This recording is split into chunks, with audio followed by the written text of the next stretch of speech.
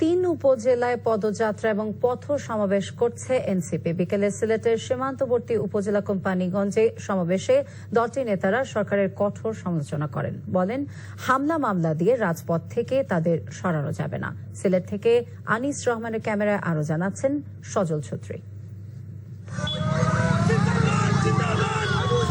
পদযাত্রা কর্মসূচি নিয়ে দুদিনের সফরে সিলেট অবস্থান করছেন এনসিপির শীর্ষ নেতারা।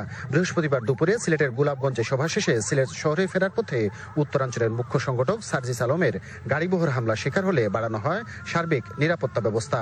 পরবর্তী সভাগুলো ছিল শান্তিপূর্ণ। বিকেলে কোম্পানীগঞ্জের পথসভায় সার্জিস আলম বলেন, রাজনীতিতে মতের ভিন্নতার মতো কথা বলার ধরনেও ভিন্নতা থাকবে। হিংসা পরিহার করে রাজনীতিতে সহাবস্থানের আহ্বান জানান তিনি।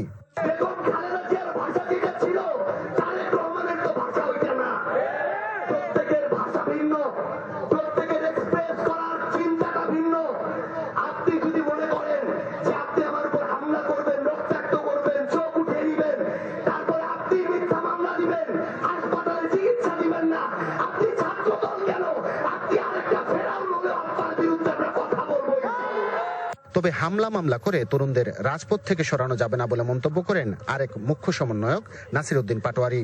স্থানীয় সরকার নির্বাচনে যোগ্য প্রার্থীকে নির্বাচিত করার আহ্বান জানিয়ে তিনি বলেন, বাংলাদেশের রাজনীতিতে কোনো নির্দিষ্ট দলের আর কোনো গুরুত্ব নেই। আমরা জনগণের পক্ষে কথা বলি, আমাদের কোনো পদ দরকার নাই, আমরা কোনো লোভ করি না। আগামী স্থানীয় নির্বাচনে কোনো দলীয় প্রতীক নাই। একটা তরুণদের সামনে সুযোগ আসছে, তারপর একটা শিক্ষাগত যোগ্যতাও লাগবে।